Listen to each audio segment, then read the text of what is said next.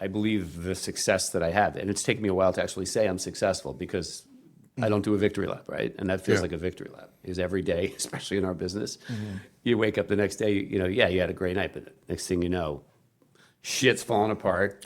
Hello, chefs. This is Chef's PSA, and I'm your host, Andre Natera.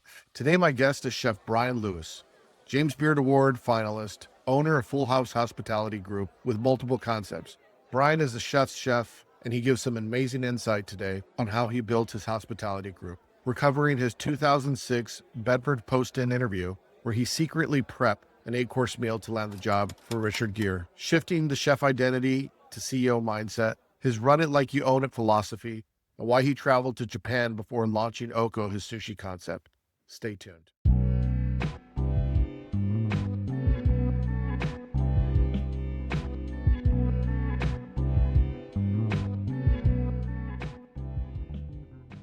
So when I was like a really defining moment in my career was this position coming back home from Arizona to Westchester County. I was interviewing to be the chef, the founding chef, and help create Richard Gere to create what was later became the Bedford Post-In. What year would this have been?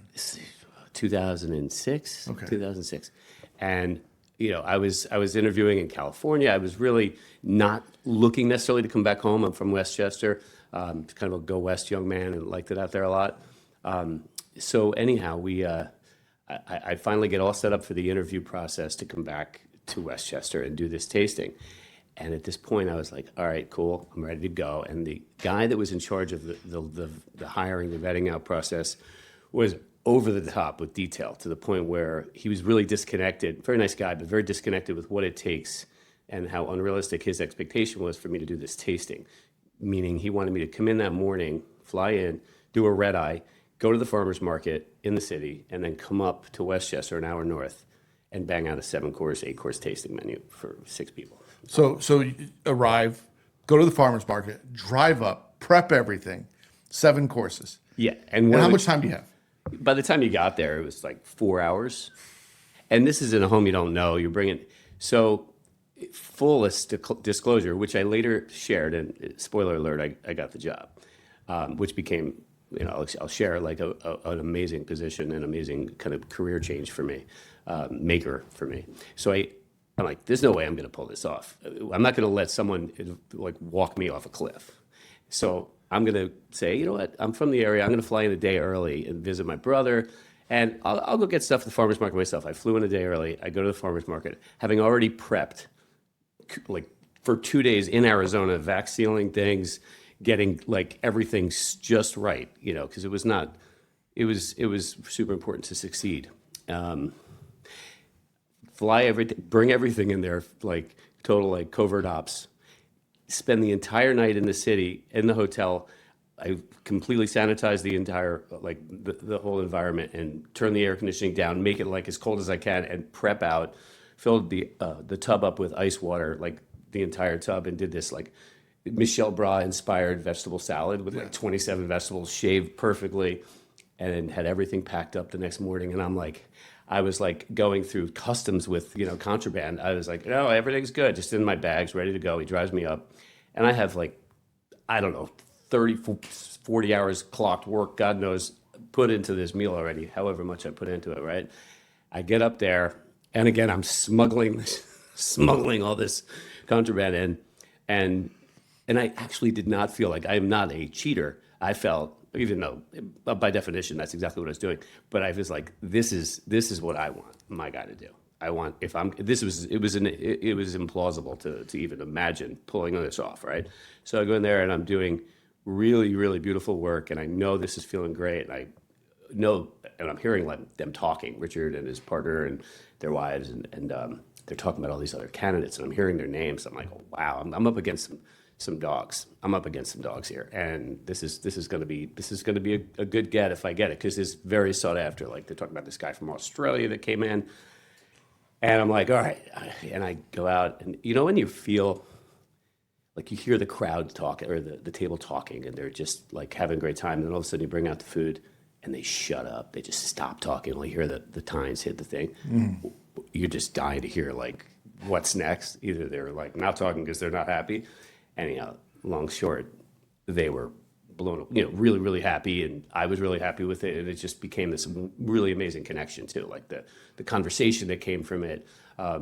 And the best part of the story, for me, obviously, besides getting the gig, right, was sharing this with Richard afterwards, like several months, probably a year down the line. So just sit around, because we spent tons of time together, like building out the spot, and and his partner and his wife Carrie at the time. And I shared the story. It took a lot of cojones to share it, because I didn't want to sound like but I said it with the same way I'm talking to you about it, right, Chef? And they were so like enamored by the fact that I actually cared so much. And the guy that actually gave me the direction, it was just the wrong playbook. Yeah. It was a playbook for failure. Like I would have had to be like, look, I'm going to do like 3 courses, and one's going to be a risotto. Well, I think one of the problems is with these cooking interviews, I think they've gotten really bad for a couple of reasons. One is that a lot of times you have someone that's not a chef Totally. picking what the qualifying tasting or whatever it is, Right. and it's unrealistic. The second thing that I think is a big problem with this is that we watch too many cooking shows. Yeah. And we think if they're not up by 3:01, they're not getting the job. Right. So if they put the food up at 3:05 and it's amazing, you're not going to give this chef the job, and you're going to give it to maybe someone that's not as good who made it on time. It doesn't make sense. And they're trying to make it like Top Chef cooking challenges, and it's like, this is ridiculous. This is not a reality show. It's for your business that you want to succeed. Hire the best candidate for the job. And I could not agree more. And that's how, they were when we were talking. They were like, yeah. I was successful there. I helped create something and they were an amazing team to work with. I learned, I went from, I kind of joke and say, I was there for about 4 years. And, he asked me to kind of direct the whole project from the ground up, right? From a design build, creating, and I had been the chef opening restaurants before. But this one, I treated it. This is advice I try to give chef de cuisines in my company, to treat, and it's important that it because it's super genuine, that it lands that way. When I say treat it like you own it, it's not like I'm looking for to get more out of you than you're willing. But if you treat your role as if you own it, fractionally or however you can feel that way, you have to love what you're doing, right? But if you hang your apron in a place that what it smells like, the sound of the, like the dining room, what it should all be like, and all of these nuances to it, right? That's ownership. That's, look, it doesn't take a lot. It just becomes part of your bloodline, right? Like part of your DNA of how you're operating. Cooking's easy. Cooking's the easier part, I should say. But the whole vibe, right? And I created, I treated the Bedford Post Inn from the ground up with such gratitude, because I was super grateful. I was coming back home. I grew up in Westchester. I was always intent on, always very sure I would never return. Not because I was like, I can't go back, but I just was a California guy at that point. Like lived out there for a long time, Arizona, Europe a bit. But that was a place for me that it wasn't that exciting to come back. And now I love it. Love it. I often tell people, and I say this on Chef's PSA occasionally, is like, run it like you own it. Makes a lot more sense when you own it. 100%. Because now you're starting to realize, like, wow, I've carried over some bad habits because I didn't run it like I own right. it. Yeah. Right? I let the trash bag, I threw it away when it was half full versus all the way, Such a good right? point. Or I ran the dish machine with just one thing in the rack. Oh my gosh. These things, like, you don't think about when you don't own it, but when you own it, all of that matters, right? It's so crucial to, like, and I do teach, like I say, or inspire, chefs and sous chefs, right, managers, to have that mentality, there's a fine line of not looking like, you're beating them up too much over certain things, because they won't get it, and it has to be, for at least for my attempt at achieving this, culture, right, Yeah. within is to just have that sense of pride of ownership, and I think asking people to have that is one thing, but providing them the autonomy to do that is what supports is the kind of the secret that I've found anyway to gaining that. You don't get it with everybody, because some people they have their direction, their life, their ambitions, and sometimes you're going to have a more or less from someone. Sometimes they're giving it all they have, and that's their ownership, and you get different levels of that, but I find for me, giving the autonomy to let someone, my dad would say, it's yours to F up, yours to, I can curse. Yeah, you can curse. I curse too much. Someone just gave me a review and said, why so many F-bombs? I'm sorry. All right, well, it's yours to fuck up is what my dad would say, so I have to give that to my dad. God bless him. And then I'll be there to make sure that I'm going to be those guardrails. I'm going to be there to provide the resources, the vision, set the standards together. Yeah. Of understanding that we're not going to there's no way we're going to let you F up. That's not going to happen. So that's something that I've found success with that mentality with managing others. And back to the Bedford Post-Inn, that was like, I joke and say that was like a PhD for me in being a chef, because that was where I bridged from being a chef. I'm not a front of house guy, right? Like I'll never be that guy. They're great, but I don't have those skills. But being, I was the contact for, he gave me the full on kind of keys to and the autonomy to which I'm forever grateful for, because it helped me come into my own. And the confidence as well to when I left there to start my own, and I haven't looked back. You said something that piqued my interest. You said you're not a front of the house service guy, right, but you have multiple concepts and you've built many over the course of your career. When you are in the building phase of that new restaurant, do you have someone that you go to, like, hey, you're going to take care of the bar, you're going to write the service standards, and how involved are you in that process? So I'm. Yeah, I love that. So where I'm at now, so my company, it's Full House Hospitality Group, and I have 4 restaurants just to kind of get those 2 concepts right now. And where are they? So people, I said a little bit in the intro, but people. Yeah. So I'm based out of Westport, Connecticut. It's a wonderful kind of beach town up in about an hour north of the city. Sorry, I say the city like there's only one, New York City. Yeah. Well, this is how if you're from there, there's only one. I said that when I was down here in this amazing city of Austin, by the way. Love it here. And then, so I have the Cottage, which is a restaurant that I never know how to say the modern American. It's just a very heartfelt expression of my love for cooking. And then I have Oko, which is a Japanese spot. And then I have one more of each, one in Greenwich for Oko. Excuse me, one in Rye, New York for Oko, and then the Cottage I have in Greenwich, Connecticut. Rye, New York is just about a half hour from the city. And then we plan on doing some more on the Oko kind of brand of things.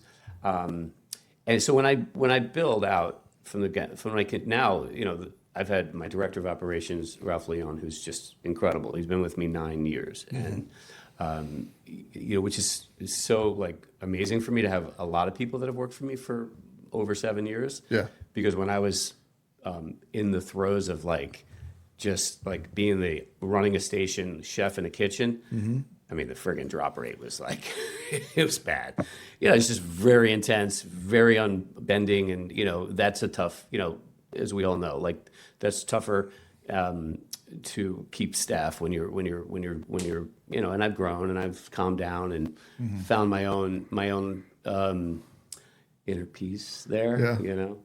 So when I build a new spot or conceptualize now it's with others. It's like I'm only as good as the people around me, and they're amazing. So do you have a core group that when you're if you're, let's just say next week you're opening up your new concept, the one that you have in the back of your mind that you've been wanting to do? Yes, I do.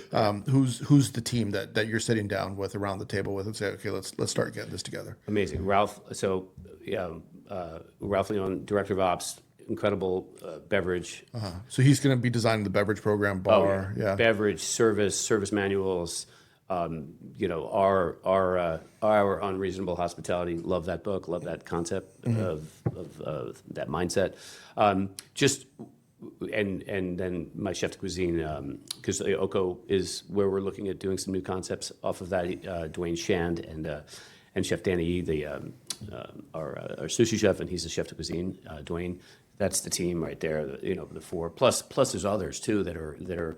I mean, there's Chef Fastidio over at the Cottage. There's Chef Fermin. There's so many really incredible contributing voices that I am in a position with, again, so grateful that I can be like, all right, let's do this together, because I know the vision I want. I know how to carry it out. I've done it back in the day solo. I've had other restaurants before, and I've, and that's fine. I can take that all on, and then, but to share it, the multiplier, the factor, the exponential growth, and again, there's Getting experts on your side, right?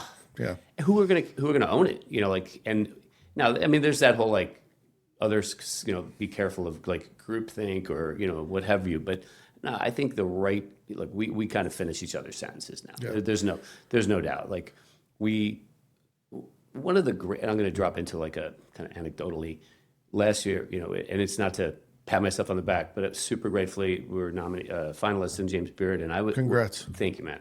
Huge accomplishment, but again, not it's not me. It's And you've been nominated multiple times. 3, yeah. Yeah. Yeah. And last year it was like a banner year of, I got engaged. It was my family, and probably 20 of us all went to Chicago, and we just lit it up and had the best time. Like it was crazy. Just my family, everyone, just so amazing.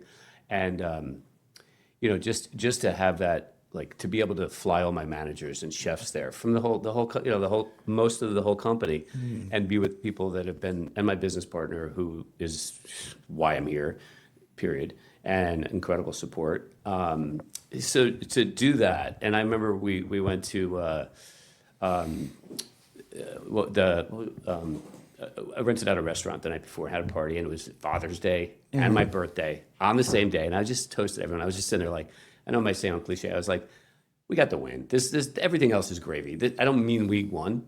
I mean, this is as much as I don't need more than this in my life. Like this is it, and it's so important to recognize that for me. Like it would be avarice otherwise. Like then of course you're in the audience and you don't hear your name and you're like, okay. But for people that have never been to the James Beard Awards, because I'm unfortunately not going this year, but I went last year, and I'll tell you, for people that have never been there, it's unlike any other thing in the culinary world. That's it's you're seeing all these people that you've seen on social media, you've seen their cookbooks, and you see. I'm trying to think who was on stage. Padma was hosting last year, right? Yep. And I'm trying to think who else was there. Daniel Boulud, I think, got up and presented. Yeah, I mean, and I see Gabriel Crowther in the crowd, and I'm talking to him, and so many of my friends are there, and it's like, it is amazing. Everyone's dressed up, red carpet. It's amazing. Yeah. It's amazing. The James Beard Awards for everything that sometimes is distracting in the industry. Yeah. When we're in the grind and we're dirty and we're dealing with the daily pressures, the James Beard Award feels like this is our day to just fucking be a celebrity. And when you're there, you feel like you're enjoying it. I remember, I could not agree more. And I remember when we were going, I'm a bit out there, right? So like, I get excited. So when we drive, the day of finding out about the finalists, if I made it to the list. 30 years in the kitchen, 7 books, 200 podcast episodes, all distilled into a 5-minute daily leadership practice. It's called Lead Like a Chef. Most people who get promoted quit the industry within 2 years, not because they can't cook, but because no one taught them how to lead. I built an app that does. Lead Like a Chef. Take the free 2-minute quiz that tells you exactly where you stand. Go to studio.com/Andre. Link is in the show notes. Yeah. And I don't know why. Like the 2 years prior, I was like, you know what, this is just enough. And, my mindset was like, this is enough. Like, I don't even need to look. I'm okay. Like, semifinal, which is a huge honor. And every, to be in such great, amazing company of just people that have put their lives into this, know, and we all have so many stories that are similar and such. But the day of, right, I'm like, all right, I'm going to go and I'm just going to, it's coming out that morning, the list. And I told my publicist, I asked her rather, I said, just let me know. I'm going to put my phone down on this hiking trail. I'm just going to like go for a hike and like just hike around it. I'm not going to bring my phone and I'm going to check. I hit my phone under a rock. I was totally like OCD crap. I'm like, I cannot have like my fiance give me a call and tell me I didn't make it. I just don't want her to be don't drop it. Because, maybe I was putting a little too much into this. Anyway, I'm going around and around and around and around for I don't know how many hours. Because every time I check it, she's like, no, they didn't release it yet. No, they didn't release it yet. No. I'm like, all right. I mean, I don't know how many steps I got, whatever. A couple of miles, 3 or 4 miles I'm walking. And finally it's noon and I'm like, it's like 2.5 hours of doing this. No kidding, man. And I finally, all right. She's like, they're releasing it at like 12:30, 1 o'clock. I'm Like, all right, I'm gonna get in the car. I'm gonna drive to work, and I said, do me a favor. Just how did I put it? I was like, just text me if it's no, and call or I'm trying to remember how I said it, but just text me if I didn't get in or whatever, or don't call me. Anyhow, I'm driving and I'm right by the restaurant. My chef de cuisine at the restaurant, the Cottage, which is where I was nominated, and Ralph, our director of ops, was there. And I'm like right, and it's pretty heavy traffic right there. And all of a sudden I get a call, and it was pretty much like, don't call me if it's bad kind of thing. You know what I mean? Just something to that effect. And she calls me, and she's just like, "You got it." And I literally just right into the parking lot, got out of the parking lot, and there's like all these like office buildings around me, and I just start. Not show me the money, but like I was like, if anyone could capture like that is pure enjoyment and like that victory, but just felt, and then everyone was just so pumped, and then my team, and then it's just so beautiful to keep you. It was our 10-year. That's the other part. It was our 10-year anniversary year, and I just signed another 10-year lease, so I can say like, bring it. We're just going. We're just getting started. So to be relevant. Really rather relevant, and recognized. Derek Wagner, he's an awesome chef up in Rhode Island, and he's on it again, and he got another nom this year. He has Nick's on Broadway. And he and I got to know each other well, and he's got a 20-year restaurant. I believe it was 20 years, and he's in. I'm like, dude, this is like it's incredible. Beautiful. I'm bummed that I'm missing this year. Unfortunately, I have a commitment. But last year I had a lot of friends that were nominated and some friends that won. Yeah. Two of my close friends really won last year. Shout out to them. Shout out to Chad Hauser, who won. Amazing. Humanitarian, and Rogelio, who won cookbook with his Convivir, his Mexican cookbook, which is amazing. Back there. Great book, right? It was great when Rogelio won. We were at the party. So this is at the media awards. Yeah, and he shows up, and I don't remember who he was in the categories with, but I remember he was going up against Daniel Home. Right. Enough said. Enough said. And so like all we're thinking is like, and I'm thinking like, all right, Rogelio, like. And then when they called his name, and he goes like, I wanted to cry. Like I love that guy. He's one of the nicest chefs around, and so I was so happy because I got to be there for him for that award. But this year, two of my former pastry chefs are both nominated for Pastry Chef of the Year. So Susan Bay, she's nominated. She was nominated last year. She was a finalist. And then Maggie Huff out of Dallas, who used to be my pastry chef back in the day in Dallas, is also nominated. So it's like, I'm cheering for both of them. And then my friend Tavel is also nominated, who's been on the podcast before. So I'm like, man, so it's great to see friends and peers. And I get just as happy for them as Isn't that beautiful? And then shout out to my friends at Michelin, who are always, they're always nominated. They're gangsters. I'm hoping that they win this year too. Like it's to have that, I mean, the community, right? Like it creates such community. That's what I was so excited to be on your podcast, because it's like being part. You're in your zone. You're in your kind of your insular. Or I should say, I am, right. So often, and I'm not in the city, so I don't have as many people. Sorry, I'm not in New York City, so I don't have as many like. We have a great community of chefs. The farmers market pulls everyone together, which is incredible. Shout out to Lori from the farmers market in Westport. Puts together not only the farmers and the chef, but just the whole world. Like this beautiful heartbeat there. So it's really awesome to go outward and be able to hang with you and again, Austin is like it's a great city. Awesome. It's a great city. Yeah, it's up and coming, and there's a lot of tech money here. Yeah, that's some great food. So to just finish that out with the process for building our next restaurant. Like I want people to really be able to enjoy and in my in those the approach that I have, I think about the joys that I've had as a sous chef. I'm doing from dishwasher, line cook, sous chef, chef de cuisine, executive chef, consulting chef, surfing a couch. I've done it all. I've not done it all, but I've experienced all the layers to the cake. You know what I mean? Like, and every one I've experienced. I like to joke at, I've crawled over lots of broken glass, all of which I broke myself. You know what I mean? Right. They're all self-inflicted wounds that you get out of, right? And, or even if they're on you, but every part of my story and my journey in my career, which has been for 40 years, crazy enough, has they all have like I'm just using like line cook, chef. It doesn't matter the position, right? Whatever I was in, I was always striving and trying to get both to the best part of myself within that, and then to the next, right? So now where I'm at, I'm in, we touched on it earlier. Now I'm in imposter syndrome as a chef owner. That is, where's my voice? Where's my voice in terms of like, my voice has always been like in the finished plate, right? Like this is who I am. This is my identity. Yeah. Is this amazing plate of food that I went to bed thinking about. I went on a run and I thought about it, and now here it is.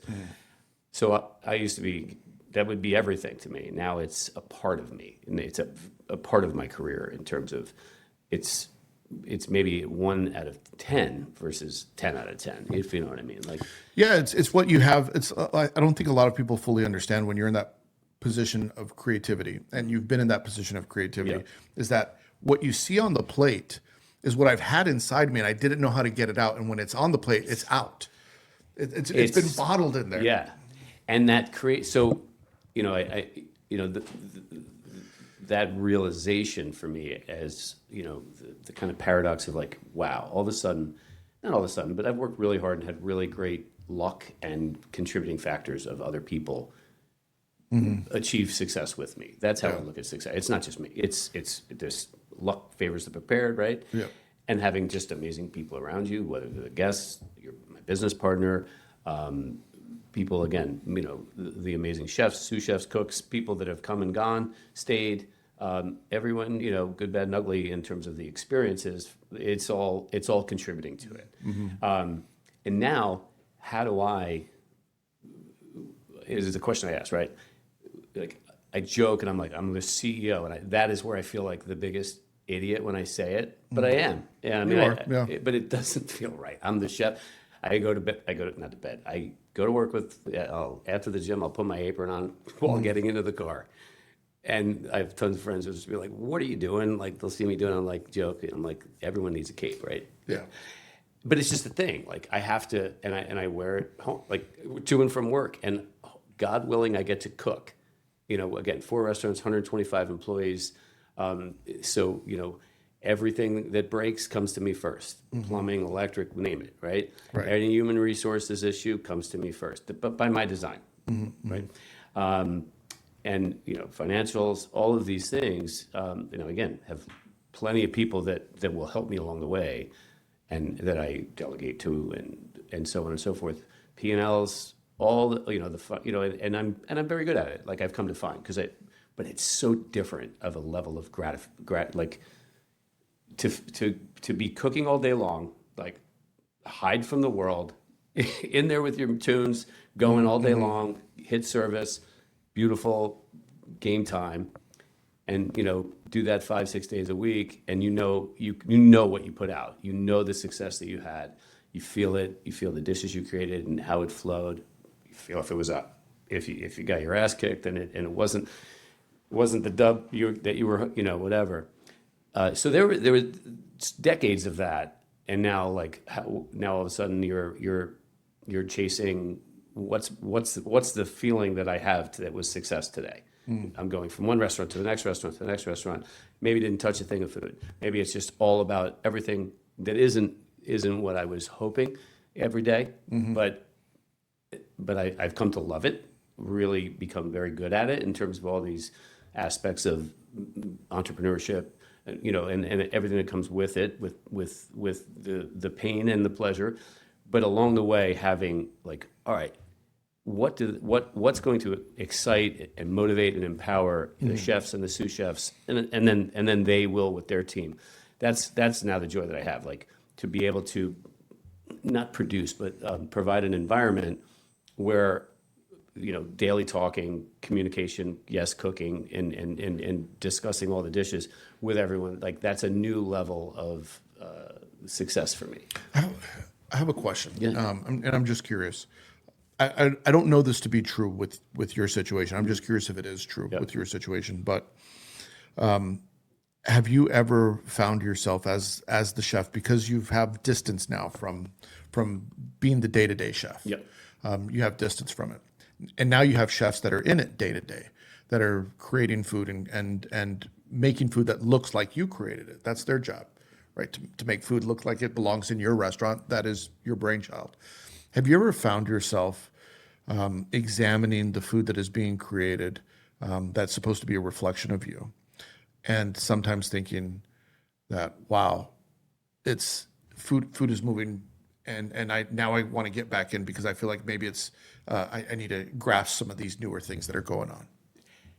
100%. Yeah. So there's a restlessness that I have, and I use the imposter syndrome. It's like I feel as though well, number one, I'm excited for them when Chef Dwayne, like Shand at Oko Rye, like he's super amazing technical skills, and it's really good for me to also notice like when other people have strengths that I may not have. Like he's like to the 10th of a gram, and I'm more like, like I'm not that guy. I'm much more. Not to say he's not visceral, but I'm really like super sleeves up, sleeves rolled up. Yeah, intuitive cooking. Very much so. Yeah. Even with my pastry work, like I still, obviously you have to measure more, but I love the humility of being able to truly be able to be like, look, I don't care.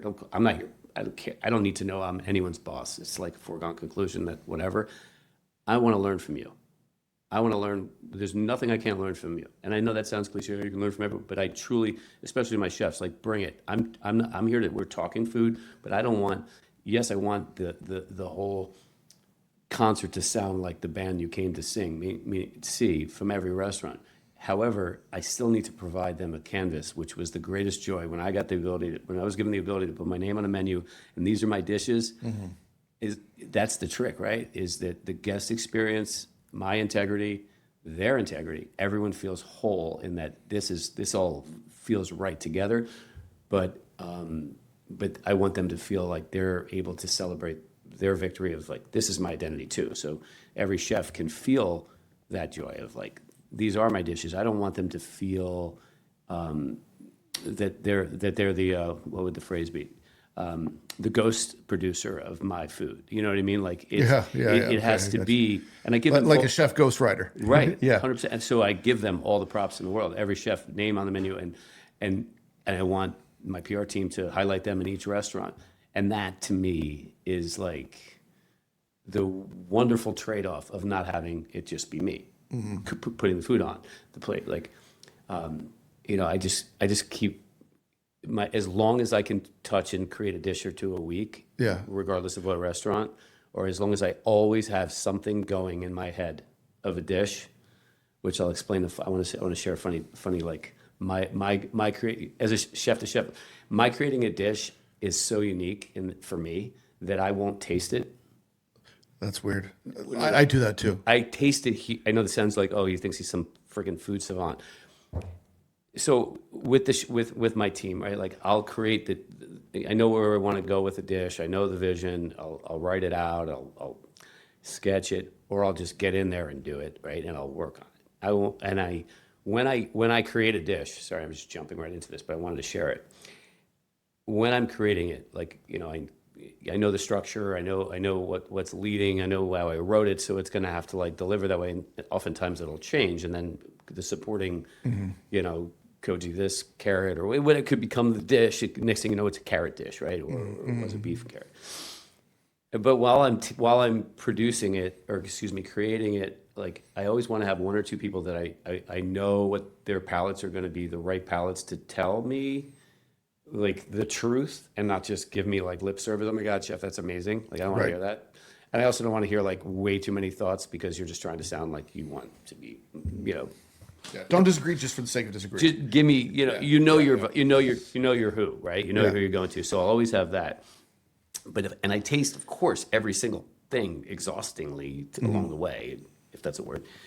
But when it gets to the fully composed dish, it's screwed up. I can't sit and eat it. Yeah. I've tasted everything along the way, and I know what it tastes like. I know, like I'm sure someone. I'm not musically inclined. I love music, but I'm sure that I would imagine a musician that's composing all of these different instruments together and the band, and he knows what it sounds like. He's got, and I've spoken, so when I see their faces, when the final dish is, like the first of the final dishes, like unless it needs another go, which sometimes, right? And if they're like, or interested, redo. Right. It's just got to be. I've had a thought wow, very similar to yours, where I almost feel like the way I've tried to put it together is like this. It's this vocabulary. It's like I know how to spell words. Yeah. And now I know how to put words together in a sentence. Yeah. Right. And sometimes that sentence is a one-liner that's beautiful. Yeah. And sometimes it just doesn't make sense. I could not. Yes. And so it's like I know that if I put this and this, it should work. Right. But sometimes when you hear it, it's like, Yeah. it didn't sound Yeah, just yeah. right. But it's the same thing with food. Oh, yeah. Like I know that I have this alphabet and this knowledge that I'm working with. Yep. And when I put it together, okay, try that with that. It should work. Even Right. though I haven't tried it, it should work Right. because in my mind, I know that this comes after this. Right. And the takeaway is not I don't taste my food. I taste every ounce of it, and I taste them individually. And and the other part, so I'm going to jump into teaching Yeah, go for or it. inspiring. The moment you became sous chef, the rules changed. You can't drink with the crew anymore. You can't look the other way anymore. You can't be liked and respected at the same time. Caesar's not above the law, and neither are you. The Sous Chef Blueprint, the manual that nobody handed you when you got promoted. Get it at chefspsa.com. Like a carrot, like I love the idea of like taking an ingredient like a carrot. I always go to it. I don't know why, and it's not like my favorite thing to eat, but it's if you take like a young cook or someone who wants to learn how to develop a dish, right? First start with technique, plural techniques. Take a carrot and be like, how many ways can you prepare this carrot? Like fluid gel, katsuobushi, like Sure. you can. It's so versatile, right? And it's also humbling because you're like, oh, but where's the foie? Like Yeah. I want to work. Where are the cod cheeks or whatever? Which is cool, but a carrot is truly. I was actually writing this out, yesterday of how many different. It's endless, from and again, I could sit here and say them all.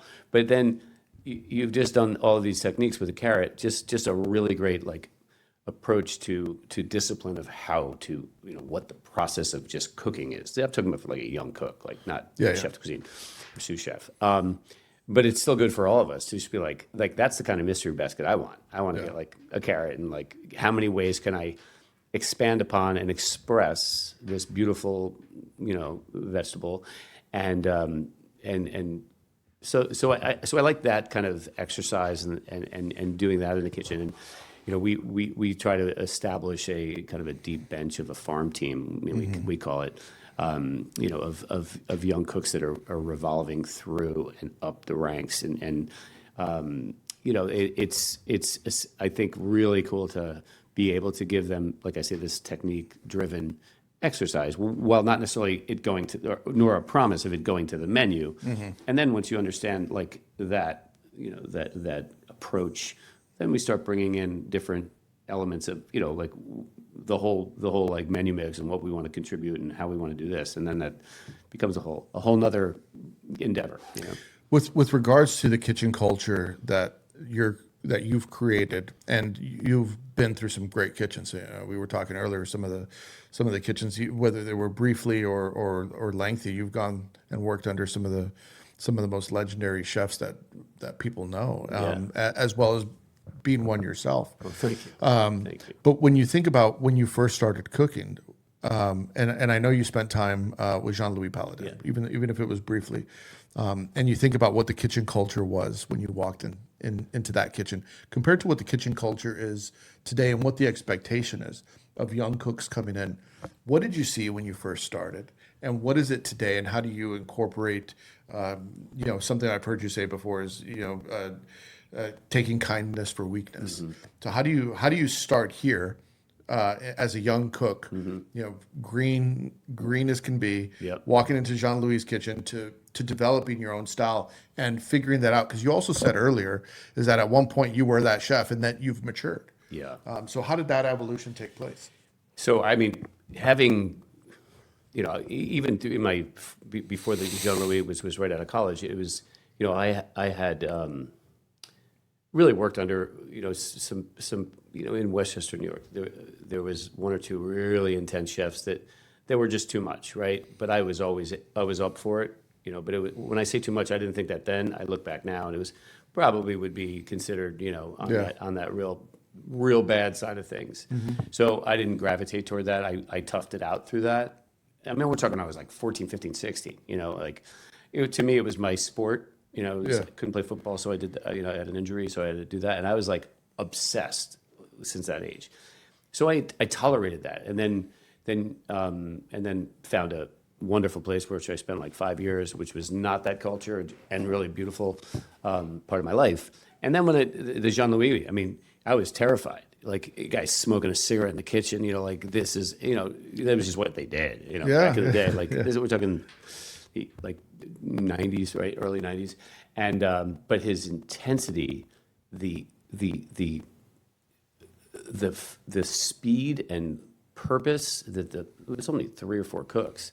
The best kitchens I've worked in have been, including Lutece with Eberhard Muller, like really just extremely precise. And the second it's go time, it's like not a wasted step, not a wasted word, just we chef and deliberate and, scary because you're just hearing you're hearing commands and screaming and like the 2-seating kind of restaurant, right? Where it's like everything, everyone's in at once and it's just locomotive. And then you're just like, oh shit, pick and shovel, old school pick and shovel. I think I was saying earlier, no one picks people pick shovel, but it was the thing, you're picking shovel. Yeah, I was in France, I pick and shovel, kind of thing.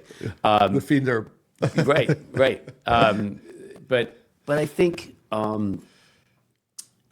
that it just was what you knew. You just knew like to be scared. Like you scared there's a fire literally under my ass all day long. And that's what I operate. That was just cast in me. Like that's how I operated forever, to great degrees of like success with it, and to great degrees of probably, not failure, but too much. Like, because with that level of, anxiety, which is perfectly, it's a good word, it's a bad word, right? Like health. My mom always says healthy anxiety is good. I'm like, well, I'm the healthiest man, but I would take that level of. Think about what we do. Like we're in there all day getting to a certain place where it's the starting point, right? All right, now it's game time.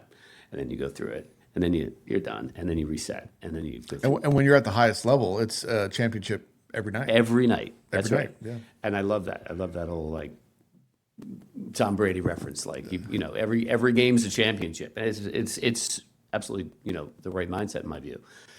So, I think a lot of the frustrations and we'll say failures that I've had in my career came from that level, because that level of let's just say it was born there at Jean Louis. This is like young, impressionable. I'm responsible for my own, but like when I say it being born there, like this is the norm. Like not being like mean to people at all, but just being super driven and all about succeeding and winning that championship, right? So as you go through your career, and I had tons, I still do, but tons of energy.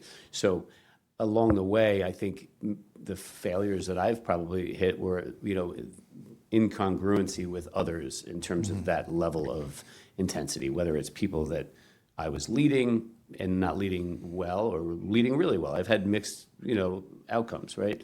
And, again, that's over 30, 40 years, right, of being in this world of cooking. And I think, as I got to like my first chef position, right, like I was always that chef in the center, cooking his heart out, cooking from that that vantage point, or if I'm at the pass and just finishing everything, just the level of intensity. I've always had that as a strength, but the whole "don't take my kindness for weakness." So much has changed as I've become, again, gratefully an owner and an employer, most importantly, and impacting lives in a very meaningful way, without even knowing it. Like 125 employees, and many of those people coming and going, right? Some really wonderful stories of the coming and going, and some not so great, depending. And I have to be there through every one of those interactions of the hiring and sending people off in their career to their next steps. But the point of the compassion for me and again kindness, just because you're really intense it's not a four-letter word, it's part of being as a coach, I'm that coach that could be going mad dog crazy on the sidelines to get to that. I'm not going to be who's the guy from Indiana that just is stone cold. It's just that's not me. Yeah. That's not me. I'm let's fucking go all the way, and sometimes that's misunderstood, and sometimes that's really, really connected with some people, right? Yeah. But along the way, as I've been able to remove myself, which has benefited everything and everyone around me. My attrition rate has dropped considerably since I've stopped being the guy on the line cooking. All of a sudden, I'm I come in, hey chef, and I love that. I love that I'm the problem. There's so many chefs though that want to get pumped up before service. I mean, I know one guy that would tell me, and again, I'm not going to name names, but I know one chef that would go in, and he used to run a 3-star overseas, not here in the States, but he ran a 3-star overseas, and he told me that before every service he would go in and stick his head in a bowl of ice water, and then look in the mirror and say, "Let's go, motherfucker," and start cussing himself out before service. I had another friend that I used to work with, and we ran this fine dining restaurant. I won't say his name because I won't get him in trouble. But before every service, we'd get hyped up and we'd have a wrestling match. We'd go at it, all right, let's go and lock up and we not takedowns and all that, but we'd lock up, and he used to love it. It was we both did it because we just wanted to get ready for service.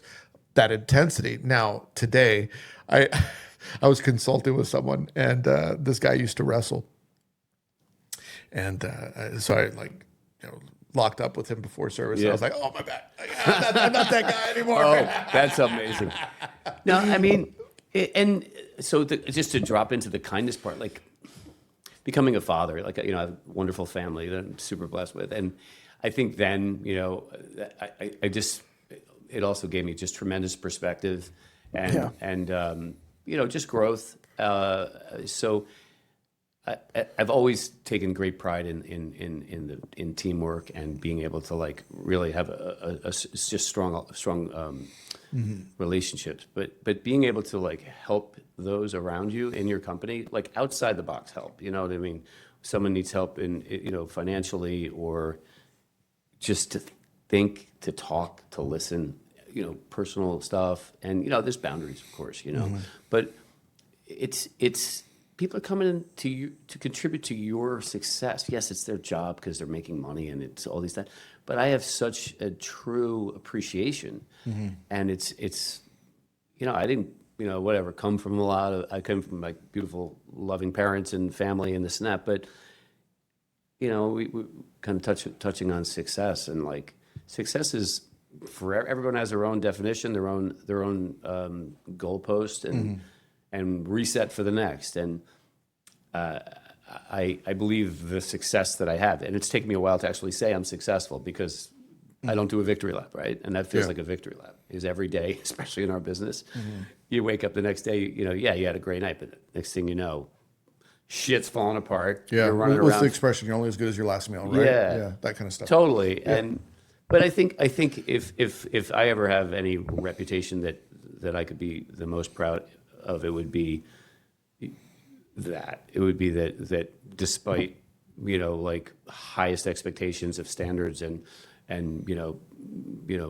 all the many, many things that we have to really be on people about and be unwavering about, that kindness and compassion, and I'm not lobbying for that as my like, but that's something that it's universal. It should be universal, and it doesn't mean weakness. What is one of the hardest things about doing what you do that people would be surprised from an outsider's perspective to know that you go through as the CEO chef of multiple restaurants? I think the challenge is they change. They change. Sometimes it's, I'm really down on like the social media world, on how, or the review world of like, I just miss the New York Times being the reviewer and these people being the reviewer, and coming to terms with that and embracing it is a challenge for me. But I of course do, and I think like having an understanding of, the generate, like everything's moving and moving and moving fast. So I have to make sure that I'm aware of the generation that's coming up, right? And staying relevant with again, social media and all of the things that I have to really go outside my comfort zone and spend the energy and the time with.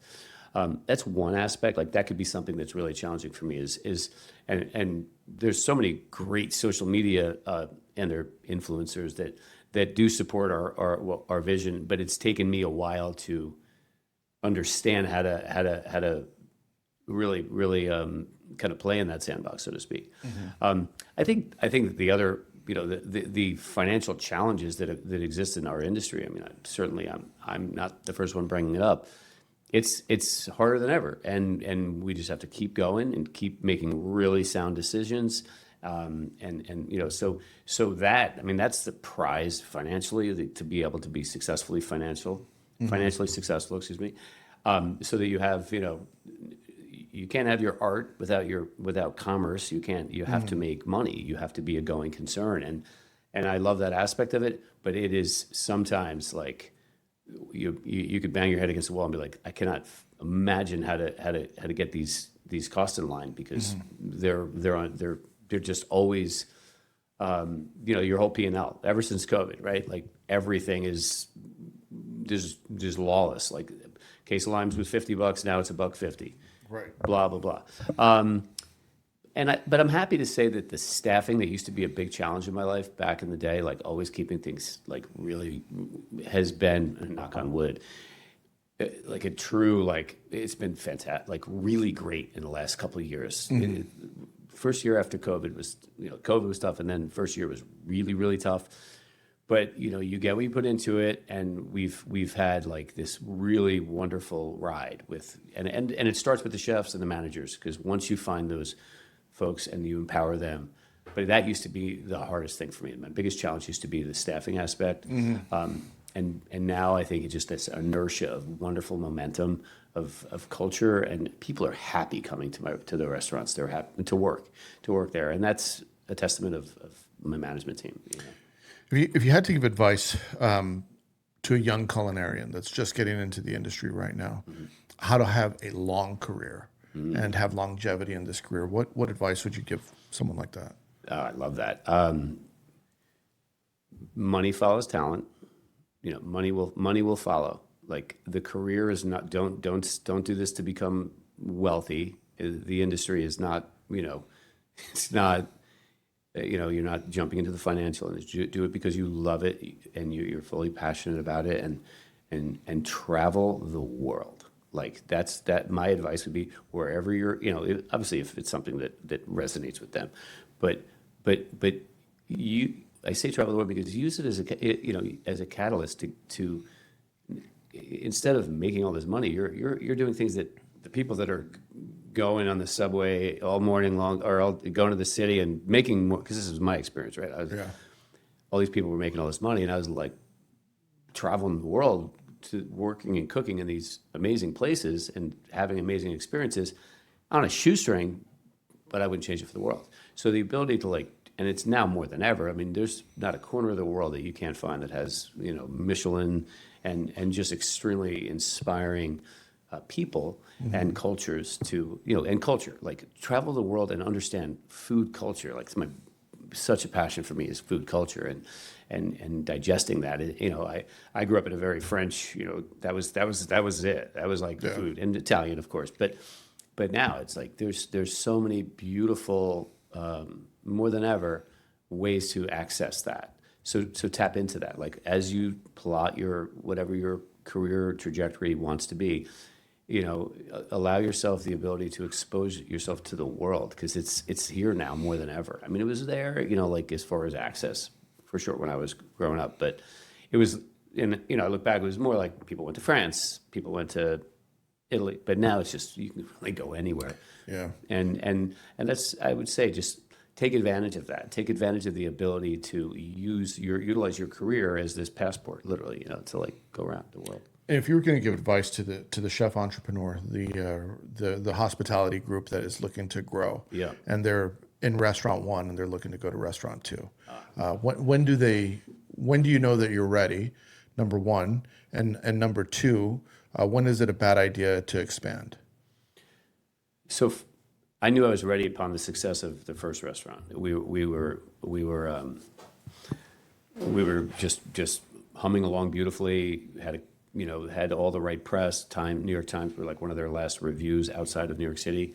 Gave us this love letter. It was awesome. So I knew that well, number 1, my partner was ready. And that was like he felt it, and go with your gut. Mm-hmm. Like, that's number 1 in my life, is my gut instinct. When your gut says this is right, this feels ready, I can remove myself from here cooking, because when I opened the cottage in Westport, I was in there every moment, just didn't work. I wasn't ever not there cooking, so that is not a sustainable model, right? Mm-hmm. So develop that part first. Develop it with you just kind of in the training wheel aspect, or just kind of looking on the outside. So I'd worked the past, and then I'd start to travel. Went to Japan, and I'll tell you a funny story. I was deciding I wanted to do Oko, right? This Japanese concept, which I'd never done. And I was, I'd worked with Japanese people, and I've been in love with the concept of everything Japanese forever. But I always knew that I like, too much of Japanese cooking at the cottage would just start to have an identity crisis. It wouldn't make sense, right? Right. Using ingredients, making kosher, all of that, that's fine. But to actually build something, and I had a vision for it, I knew what I wanted to do, and I'll never forget, Danny Myers is out there with like some big wig in my dining room, and he's having dinner, and I'm like, and I'd met Danny several times, and I was all excited for my partner who had just greenlit the project, and I hadn't been to Japan yet, right? And I just go out, and we're chatting, and I was like, I'm just going to share this news with him, because that's all and I was like, hey, I'm going to be opening, and I shared it with him. He's like, we were just chatting away, and he's like, that's great. Have you been to Japan? And I was like, no, not yet. And I was like, oh my God, it just was the most aha moment. He just looked at me like, you better get your ass to Japan. Yeah. So I ended up going there, like dialing in with some like amazing chefs, and spent a month in their kitchens over there, and it was sick. But it was like, literally, I went back in the kitchen, I called my partner, I was like, I'm going to Japan, and it was like embarrassing that I had the audacity to think I didn't need to like. So I heard someone say the other day, I don't remember who it was, that said, hands down, Japan is the best, or Tokyo is the best food city in the world. Would you agree with that?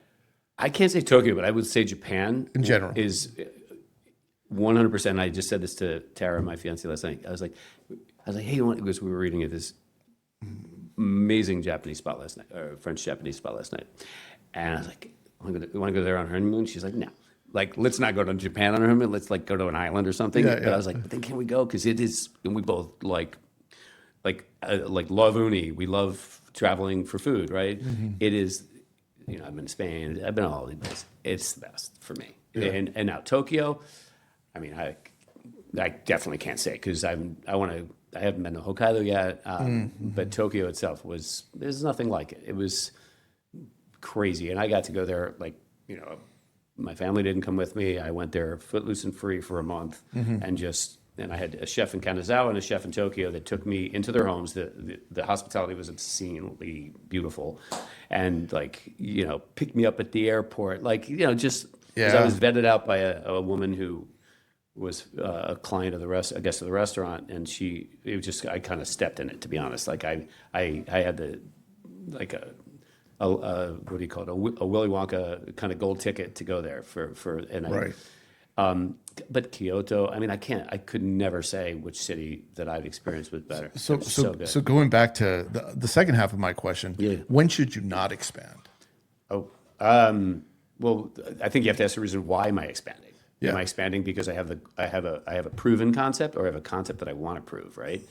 Those questions, because I'm in that right now. Like I have two concepts that I know I don't want to expand the Cottage because it's great. I love it. I'm very happy, but I think it's not that scalable. It requires much more, like, but whatever the reasons for that are. Oko is a scalable, and there's a lot of different styles of Oko. Oko is a prefix to other styles and disciplines in Japanese cooking, as you know. Like in Japan, like I've already pulled off something I can't believe I did, which is multidisciplinary. You know, multi-disciplines under one roof. We have beautiful nigiri and, you know, tempura and lots of hot and cold dishes and, you know, robata. But from there, you could certainly say, all right, I want to do a robata restaurant. Hard stop. I want to do a hand roll spot. I want to do this spot. There's many different disciplines. So I think really studying and understanding, big fan of Art of War, right? Like, Like study the lay of the land. Like, what are you prepared to do for like, what is it, like, don't just knee jerk and say, just don't do it because you're successful. Right. Pretend you don't have anything, right? Like, yes, of course you can rely upon your existing resources and you can leverage them. But this is just, I don't know if this is the right advice, but for me, opening a new restaurant, it can't depend on certainly capital from the existing, certainly cash flow from the existing, or yes, you can leverage reputation. Yes, you can leverage perhaps a commissary aspect, or, you know, some support in terms of infrastructure. But like, my goal is to, you know, and I would use that as a reference point, is to open where I would get on a plane and, you know, it stands alone and it has nothing as far as support. Like, how would that look like? What's the worst case scenario for you pulling off that success? So I have a reputation in my community, in my area, right? Fine, great. If I were to take and go down to Charleston, how would that do without the benefit of the existing? And that's how I would look at it. Like, are you ready with a concept that's proven where you are, does not mean it's going to be proven there. That's the one thing I've seen of others. I haven't had that happen. Hope it never does. But just because you're successful in one location definitely does not mean it's going to succeed in another. Right. So really study it, and just know that, you know, like, again, that your gut instinct says this spot, you know, my current restaurant or restaurants can absolutely be without me, and you have to be prepared for when the guest is going to be like, oh, it's just not the same without you. I'm like, yeah, it is. It's actually better because I'm not pissing everyone off. That's funny. No, but I know what you mean. You have to set it up so that you know in your heart that it is as good or better. It can grow, just like you put a dish on a menu. Right. It has to be as good or better during the worst night of service, right?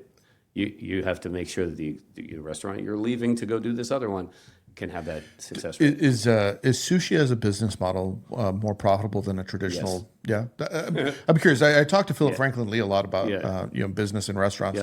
Often he's got a lot of sushi restaurants, and you know, and I'm just curious. Like, is the sushi model just like financially a better business model? So for me, it has been. You know, and now the thing is, I'll always keep like food. So the food cost, right? Food cost is the target on that I'm going to discuss as far as on the P&L, right? You can say, like, we do nigiri. I only introduced maki rolls, and I do 2 maki rolls like that I feature a year ago, because I specifically did not want to do maki. I wanted it to be, we do tamaki, and that to great success, the hand rolls.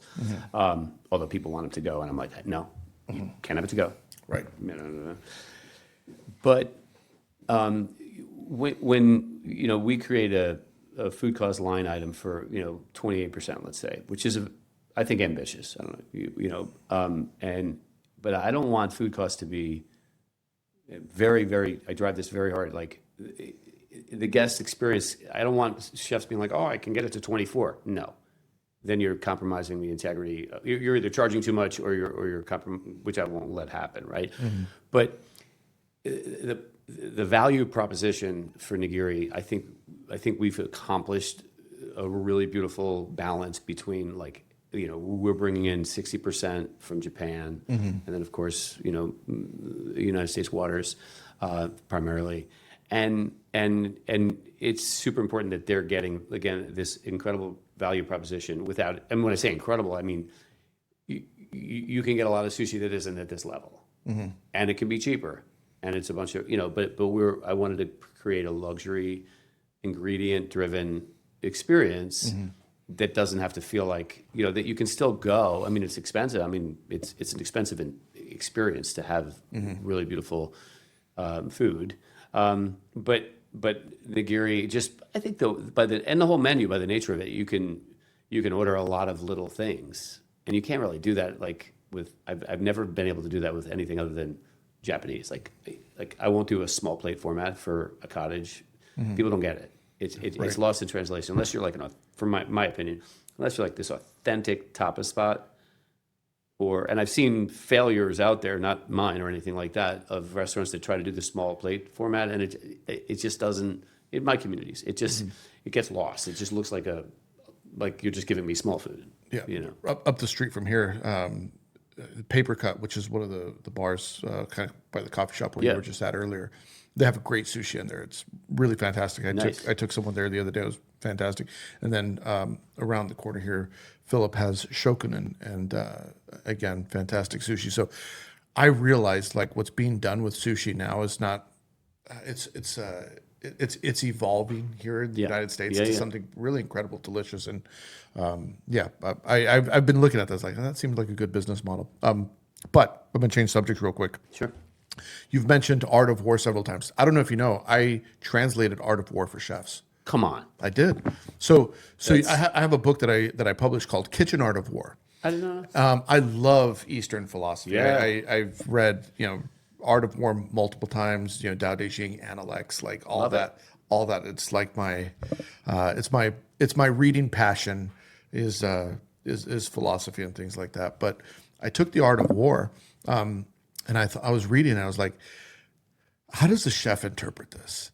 And so I was like, I'm going to write the Kitchen Art of War. And I did line by line translation. So when it says, you must burn the enemy and surround, I was like, what does that mean? No smoke left, man. Nothing smoldering. Zero. Yeah. So I'll send it to you. I love this. This is great. If you like audiobooks, I'll send you the audiobook because I don't have one with me. But I took line by line, every chapter, line by line, and say, interpret that from a chef's lens. That's wild. And it's honestly been one of my favorite things that I don't want to say I wrote it because I translated it. Oh, yeah. But something that I published. But I wanted to do more of those translations of other books. But I'm really excited to read it. I'll send it to you today. There's I always confuse the two. There's the 48 rules of power, 48 laws, laws of power, and 38 strategies of war. Yeah. And Richard Green, I think. Yeah. Or Robert Green. Robert Green. Robert Green. Yeah. I also did the 48 laws of power for chefs. Come on. I didn't publish it. This is crazy. I have an audiobook and an ebook version of it because I didn't want to publish it. I was like, it's just not too much. But I did a 4-part podcast series on the 48 laws of power as applied to chefs. And then I was like, well, I could just take the transcripts from the 4-part series, and I created an ebook out of it. And then I took the ebook and I created an audiobook out of it. So nice. I'll send it to you too. Yeah, I'm super jazzed about that. I'm reading currently the one on human behavior that he wrote, which is less warfare driven. The laws of human nature. Yes. That's great. Yeah. Yeah. And it's it's funny because you read these things and it's like, if you take it, it sounds extremely nefarious and just completely like you say, like annihilate, or if you're going to lie so big that everyone has to believe you. I'm like, no, this is not who I am. But to distill it and take away some really, really, like, I think I would say this. You think you'll appreciate it. My greatest takeaway, and everyone that is close to me knows, go around the mountain. If you're going to win, if you're going to fight a war, fight a battle, go around the mountain. Get your resources, let them wait. Blah, blah, blah, blah, blah. Yeah. You get it. And that could be handling a guest that's coming at you because they had this. It's don't react right away. I mean, don't react right away. Don't send a text. Strategy. Calm down. Yeah. Allow yourself to literally go around the mountain and look objectively, get that lens bigger and look at it. And it gives you time to, whether it's in your relationships with people and, in your personal life, it is so... You just literally to go when I say go around the mountain, it's like, that's where it's not so nice. You don't want to do that in your personal relationship. But I mean, if you're going to win, winning is not going head on all the time. Another book that I'd love to translate is A Book of Five Rings, Miyamoto Musashi. Okay. But I look at all these books and I would tell people this. I think there was a moment when I found myself having an advantage in my career as a chef. And I felt like my cooking was pretty good. But I think when you reach a certain level as a chef, like everyone at a high level kind of like, it's arguable who's best because everyone's really good at that level. Yeah. And what I realized for me, what made me successful, and this was in that period that I was telling you about earlier off camera, during this point in my life, I read a lot of books and I really immersed myself in philosophy. And what I realized is that understanding psychology and human nature were really the advantages I had as a chef. It's like I understood that it was more than just cooking. It's like, how do you move 100 people or 200 people to think this way? Yeah. It's much harder than people really like. Try and convince one person to do something. Now try and convince 100 people to do it. Very difficult. It is an art, and it takes intention. It takes also having maturity and nothing wrong with the word failures and mistakes and knowing how to grow from those things, because I think again off camera, adapt and overcome, that's been my mantra, like during the infamous COVID years, right? Like I and many people went through so many things that were like, how am I going to get through this? Right. And I'll get poetic, and I grew from those ashes big time. Mm-hmm. And personally, professionally, with the help of others, but it's wonderful to be able to say that and look back and be like, wow, we were able to open a fourth restaurant on the third year of COVID. Like we built and opened one. Oko Rye, by the way, that restaurant, while I was building the fourth one, the Cottage in Greenwich, while we were, people were still masking up, we actually decided to let's open a restaurant because we were coming out of it and we were good. And my third restaurant, Oko, suffered a 5-month closure from a flood. Mm. Right. That we, whatever, we came out of it and we persevered. And, you're going through times like, wow, how are we going to get through this? Because then people thought we were closed for good. 5 months is a long time for people to just forget about you. You know what I mean? Anyhow, it's my leader now. It crushes it now. I love those books, going back to 48 Laws of Power, Art of War. A lot of these are great. And a lot of times people have, told me, like, why do you read so much like Machiavellian style books? Right. And it's not that I'm trying to be deceptive. But I think if you understand how people think and how people, how to move how to move crowds of work, it's to your benefit if you understand how people think. But the other reason I do it is because it also teaches you how to not be taken advantage of. Very much. It teaches you to recognize when someone's setting you up for a trap as well. Totally agree. And I think people don't see that enough. And I see it all the time. And if I would advise people like, hey, here's some books, just go read them. Yeah. And you'll not only be better for it, but you'll also be a little bit more wise to the games that are being played. I'd say go read Art of War a lot of times. Yep. Go read Musashi's Book of Five Rings. Go read 48 Laws. Go read Edward Bernay's Propaganda, and go read Robert Cialdini's Influence book. Love it. If you could read those books, like you'll start to Oh, and then of course the Prince, Niccolo Machiavelli. There you go. Yeah. Read that. The OJ. You'll be more cunning than most. And that's not a bad thing. It doesn't mean you're out to deceive people. To your point, it's just look. When you're owning a business and responsible for many people's livelihoods, their careers, it's wise to know many different playbooks out there. Yeah, there's what's the biblical? Not to get biblical, but it's like be as gentle as dove and as shrewd as serpents, or something like that. Like No, I get it. I get it. Chef, when we're wrap up questions, I want to ask you a couple. So, in your kitchens, are you a blue tape or a green tape person? Oh, I love that. I was always a blue tape, and that's a good one because green's the new vibe, right? Yeah, that's the new generation. So I think I would have to say green. Say green. Yeah. Salt. Cut green. Cut green. Yeah, of course. You use tape cutters or scissors? I use scissors, but tape cutters are a lot faster. So let's just cut the fucking tape. Yeah. Okay. No, salt in your kitchen. What is it? Morton's, Diamond Crystal. Is it something else? Diamond crystals. Yeah, I've used the blue cylinder. The French sea salt. Yeah. I've used that. But people can't execute. The shake. So there's that, and then of course Malden. What the hell did we do without Malden growing up? Yeah, it's like without ATM cards and Malden. I don't know where we were. Yeah, where was it my whole life? Yeah, nothing tasted crunchy and salty. Yeah. What about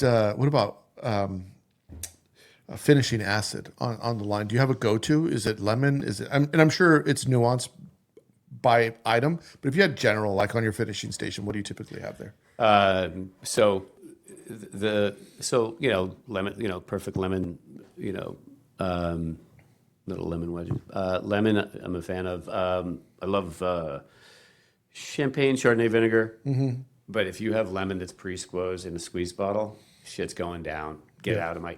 I'm just kidding. No. I don't want pre-squeezed lemon. I want just the right little wedge. The lazy lemon juice, the lemon bottle that people buy. No. I swear, I did it today. No, you didn't. No, you didn't. Where's the fucking label? Where's the label? And now, this is been out at room temperature, and you know exactly. Yeah, I know. It has a taste. Yes, it has a weird taste. But also, while it's not acid, a hit of lime, just a grating of lime or sudachi or lemon or of course, if you're Did you say sudachi? Yeah, it's fantastic. Or if you're getting hard to find, but yeah, great. Very and expensive, but even fresh yuzu, a little grate of that yuzu zest is amazing. Absolutely, yeah. So I think, and I also again in the kind of the realm of acid. It's not acid, but love lemon oil. But love that question because acid is just so key. Yeah. In your kitchen, do you do anything with your stocks that other people don't typically do outside of the traditional mirepoix bones? So for me, perhaps it's I certainly don't know everyone else's kitchens, but I know that what I don't do is simmer all right. How I make a brodo, my favorite chicken stock is not with bones, it's with meat. It's the whole brodo, right? Mm-hmm. It's the whole bird. I'll basically the whole bird. Yeah, I want the meat. I want the meat in there. It's more expensive, but you're getting and some feet. And it's clear. It's clear. Mm-hmm. So I'll start with ice water, lots of cold water, just and a little bit of salt just to bring the blood out. Simmer it for, let's say, a big pot, right? Simmer it for 4 5 hours. Whatever my mirepoix is, though, I think so many back in the day, mirepoix is cooking for the time of the stock. I personally just don't. It's a little different with the veal stock. You want to cook that tomato and you want to cook you want to get it really, really dark and cook the vegetables in a lot longer. Mm-hmm. But if I'm making a light chicken stock, I want to really infuse the last 2 hours, because for me, it's going up in flavor to extract the chicken. It's getting to the right amount of true chicken flavor, just skimming the fat, if you want all the fat out, right? Skimming the fat out, not letting and then adding the mirepoix and the sachet in the last 2 hours is going to just hit that optimal time frame, 2.5 hours, let it rest. And sometimes you just kiss it with that sachet, as it's strained, you put a sachet in there, depending on how delicate it is. So I don't like the traditional, or I don't know if it's traditional, but you know, like when I see just all the vegetables going in the beginning, to me, it's they're going to be done way too early. I like to hit a peak and then, you know, go from there. So someone that I respect a lot as a chef, Bruno Tisson. He at one point he was the chef at the Plaza in New York for a number of years, but he showed me how he was making his stock years ago, and it was what you said. It was the whole chickens. Yeah. And I want to say he worked under Roger Verger, and that's where he got that from.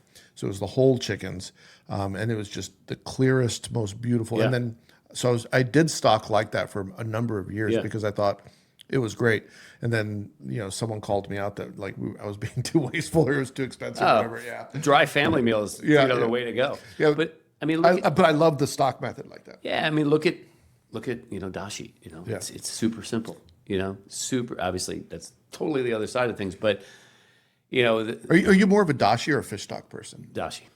Even if you were doing like French stock cuisine, would you use dashi over fish stock? Yeah. Yeah, me too. Yeah, I mean, fish stock it's a great little you know, like I've always enjoyed like the kind of technical process of, you know, starting with clean bones, like which is halfway to the goal line, like clean bones, washing clean, you know, not just veal bones, but like, you know, everything nice and clean, like but I absolutely, it's no comparison. I use a lot of fennel when I tend to like fennel in my fish stock, in my fumet. But dashi is, and I also like lots of different, like kind of run away with lots of different flavor profiles. You know, like the traditional dashi, and then, you know, you can kind of plus. Yeah. But I love being reductive. You know, like in cooking more now than ever. I think it tends to be my own ego that takes me from reductive, you know, like that you have to check, because it's like, it's okay to do, like, again, a carrot, like the most perfectly cooked carrot with a beautiful sunflower crunch and all these, like just that, and then being confident in less is more, you know, kind of thing. Yeah, I love that. I'm with you. I think I wasn't there when I was younger, but as I've gotten wiser, I had a chef de cuisine that worked for me. Shout out to Jacob Chishchin. It's very difficult to say his name, but No, I saw he was on your podcast. He was on my podcast. He's super cool dude. And I don't know him, but he seems cool. He's great. He's the chef at the Auberge here in Austin. But anyway, long story short, Jacob. One of the reasons why I really liked him as my chef de cuisine is he was 27, I think, when I made him chef de cuisine, executive chef of the restaurant, whatever it was. And I always thought, like, your food is too mature for your age. Like, why are you only thinking 3 ingredients perfectly done on a plate at 27? Like, you shouldn't be thinking that. Where are all your dots? Yeah, where are your dots? When you're, you know, dots. Why do you have so many flowers? Like, I didn't have to correct him for having too many flowers on the plate, but his cooking was so mature, and I think that's why I really enjoyed having him as my chef de cuisine, because I was like, you're cooking with my age. That's awesome. Yeah, and I respect that a lot. Like, I'm very reductive now at this point. But anyway, last question, chef. If you have Mount Rushmore of chefs out there, and you had to put 4 of them on there, who are the 4 chefs that would be on your Mount Rushmore? Thomas Keller. Mm-hmm. Yeah. I mean, living or past? However you want. Thomas Keller, Charlie Trotter, Jean Louis, Marco Pierre. Yeah, it's a great list. Yeah, it's flew easy. Yeah, I mean, there's so many more too. Yeah, you know, you get obviously. Yeah, there's so many. Like, I love Daniel Patterson's work. Yeah. You know, Daniel Home. Yeah, I don't know. I've been saying it wrong for a long time. Sorry, Daniel. But yeah, I mean, and there's just Tracy Desargent. Used to be big. You know, when I lived in San Francisco, she's awesome. San Francisco, Dominique Crenn? Yeah. Yeah. What's interesting I find about Thomas Keller, if we had closed the chapter on Thomas Keller's book in 2010, we'd remember him only as the greatest American chef ever. Yeah. But the book isn't closed yet. No. I think we might look at him also as one of the greatest businessmen for sure of all time as a chef too. Without a doubt. Yeah. Which I've come to like hold, or I'm coming to hold, like that aspect of what we do. It's it's not for the faint of heart. It is cooking, you know, and all that comes with those challenges, that whole spectrum, that's fantastic and has its own like athleticism, its own set of rules. But then the business of things, look out. Like that's it, you know, and I love it. Like leases and deals and blah, blah, blah. I love that. Yeah. But it's just not for the faint of heart, because sometimes you're like, the kind of margin of difference between like me and other chefs is not nearly as great as me and other business people, because there's a lot of much better business people out there than me for right now. Sure. Yeah, that makes sense. Where can people find you if they want to follow social media, restaurant, all that? So I have the Cottage in Westport, Oko in Westport, Connecticut, and then I have the Cottage in Greenwich, Connecticut, and Oko in Rye, New York. Awesome. And you can find all my social media stuff that I'm not all that handy to, because I don't, you know, I'm an old school dude. I'll put the link in the show notes. Perfect. Chef, this was fun, amazing. Thank Love you for it. being here. Thank you so much. Yep. All right, that's the show. If you liked it, make sure you leave 5 stars, nothing less than 5 stars. If you want more Chefs PSA, go to chefspsa.com. Get yourself some books, get yourself some merch, including Culinary Leadership Fundamentals and the Line Cook Survival Manual. If you want early access to episodes, you can get them on Spotify and Substack by becoming a paid member. The link is in the notes. We'll see you next week. Hit the porno music. No Andre in the kitchen, mixing, dropping chef knowledge, no fiction. Stirring up the beats, heating up the session. Listen close, class is in session.